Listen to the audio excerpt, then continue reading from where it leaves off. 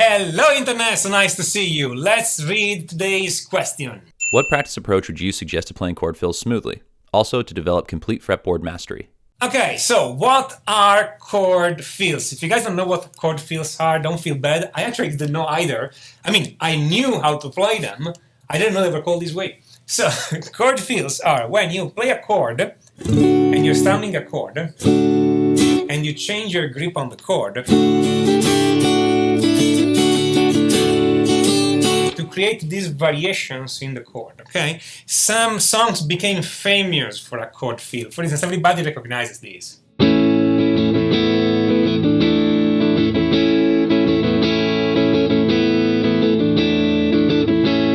Right?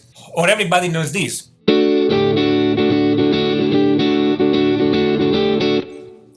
And it's interesting that you can recognize a song from just the very first chord because it's placed in such a characteristic way, okay? How do you play chord fill and how do you make them smooth? Well, the first thing is that, of course, you need to be able to play your normal chord smooth, okay? I would not build on that too fast if you're not smooth with your chords yet, but assuming that you are, okay? The idea is to first find out what you can do with every chord you know. And I'm going to show you a couple of options here, okay, on the most basic chords. But ultimately, you have to take charge of these and experiment, okay, because sometimes the wrong note can sound right if you play them in the right moment. Let's start seeing some of the basic chords and what you can do with that.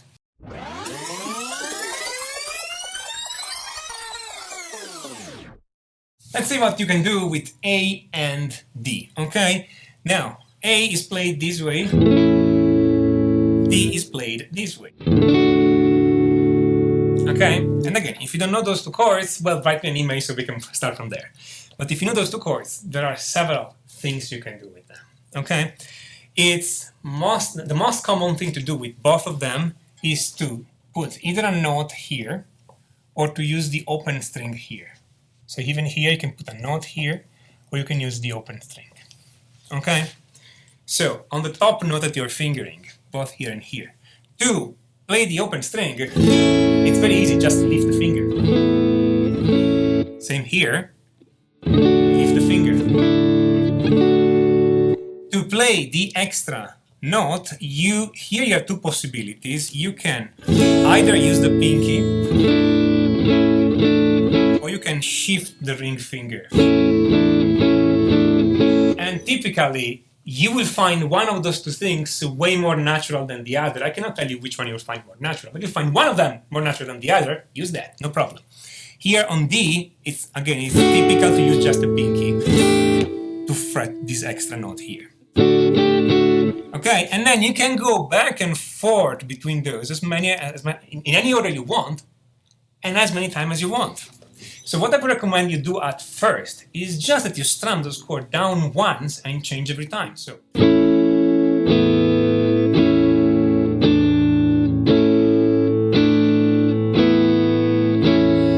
Okay, again, the order doesn't matter, just.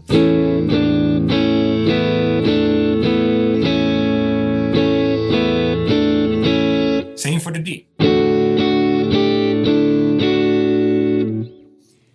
We are just trying to get used to move the finger and moving the hand at the same time. Now, if then you know some strumming pattern, that's even more fun. Okay, because then you can change between those three possibilities, or just two of them, whatever you want, anytime you strum.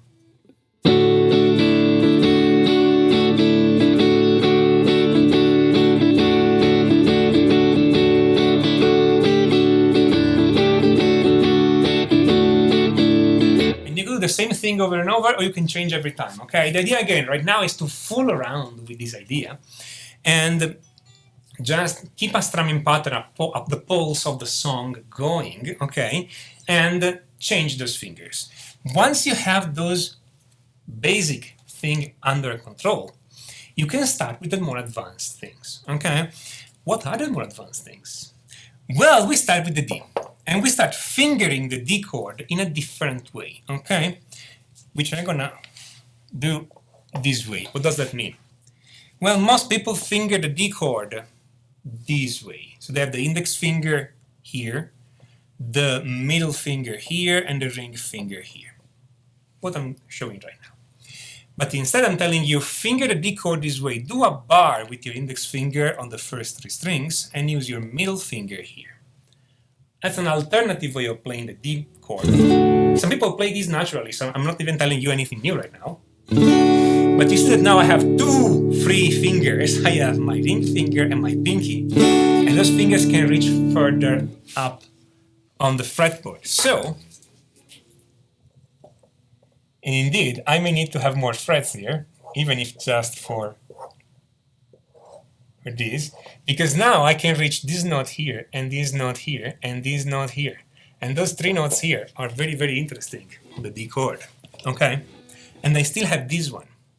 I don't have this one anymore because it's hard to lift half. I mean, it's possible. It's possible to lift half of the bar, but it's not convenient. But this note here is the same as this note here. It's just that it's together with other notes. But here, I can put the pinky here on the second string, or on the first string. I can put the ring here on the first string, or I can put the ring here on the third string.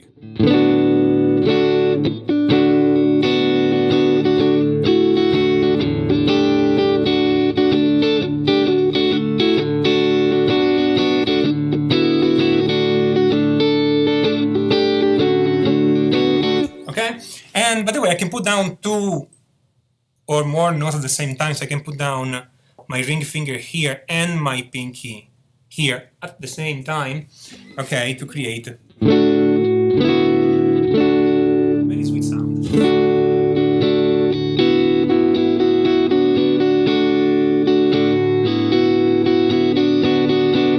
And I can lift to only one of them, so right now I'm playing the D, then putting down both fingers, and lifting the pinky only, and then lifting the ring too.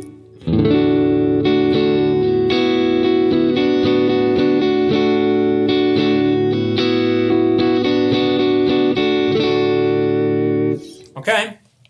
Now, every time, that's important, that you see a D chord written anywhere, you can try one of those. Will they work literally every single time? No, because it depends on the song, okay? For instance, sometimes this note here will not work well. If this note here does not work well, typically this note here will work well. So rather than putting it on fret number 3, the note on fret number 4 will work better. When I play it alone, it sounds a bit harsh. Again,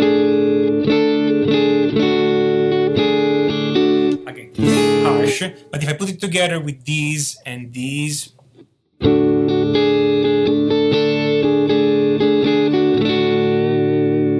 their modes recognize the sound of the Lydian mode, but I don't want to scare anybody here with complex names, okay? It's just saying that if this doesn't work, maybe this work. Sometimes some of those notes do not sound well, because that depends on the song. That depends if what the singer is singing at the time, if there is a solo in that moment, what other instruments are doing.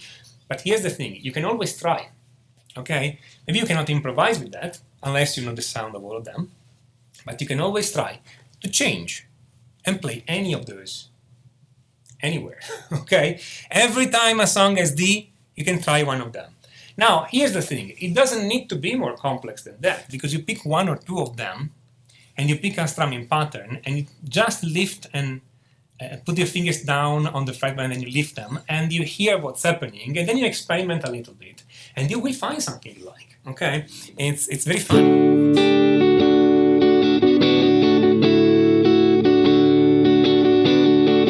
Only on D right now.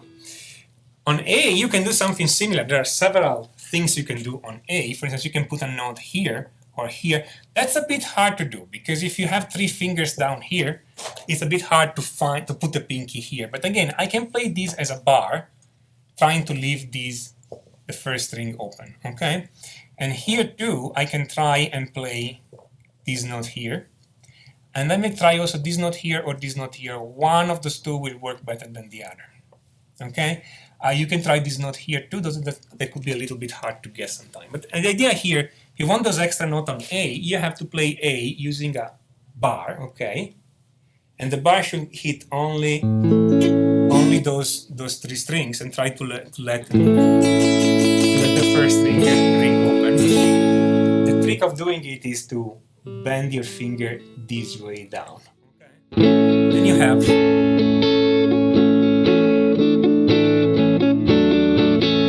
have all the other fingers. Okay, and sometimes it's very common to get these and these note down at the same time because it sounds good.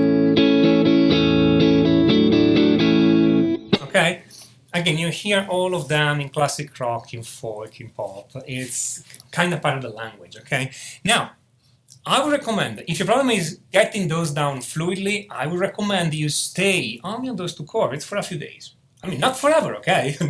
Later you can try with other chords. And again, the best way to do it is just grab the chord, check what fingers you have free, okay? And see if you can, and if you put them down somewhere, will they sound good or not? And sometimes they do, sometimes they don't, but you just try to find the position where they sound good. You need no theory for that. Of course, if you know your theory, you can try to hit the notes of the scale or the extension of the chord, but even if you don't, just try to put it down. Somewhere it will work. Sometimes it will work, and sometimes it will not. This will not work, for instance.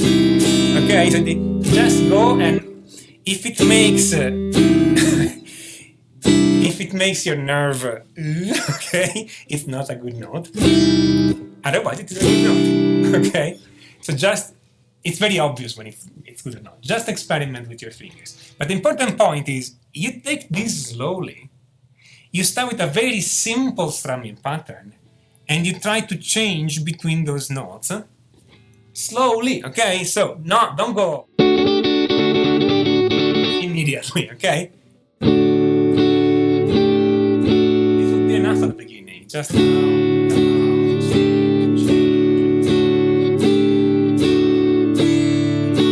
add some upstrokes.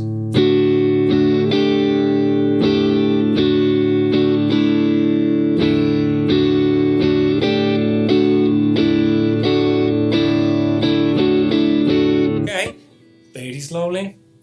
It's just a matter of being able to move those fingers and strum at the same time. Okay, so today's lesson was not on the super advanced music theory stuff, but honestly, this little trick here, it's what I call a trick that makes money, okay? It's because inventing something like this, you can get that kind of pop riff sound that people really like. And you can do this on a normal acoustic guitar without needing any other equipment or anything. It's very simple. And then once you learn it on one song, you can apply it on several other songs. It really multiplies its effectiveness, okay? So, and if you want to know more about chords, I do have a course. It's called Complete Chord Mastery. We go way beyond the simple chord. We play chords all over the fretboard and we see also how they connect. So if you guys are interested in that, I would recommend you check that course out. If you like these videos, smash on that like button. Don't forget to subscribe. If you have any questions about this or anything else, write down in the comment. This video was made in response to a question, in answer to a question. Maybe I will answer your question too. So write in the comment and I'll be happy to read it and see if I can do a video. This is Tommaso Ziglia on MissDailyForGuitar.com, and until next time, enjoy!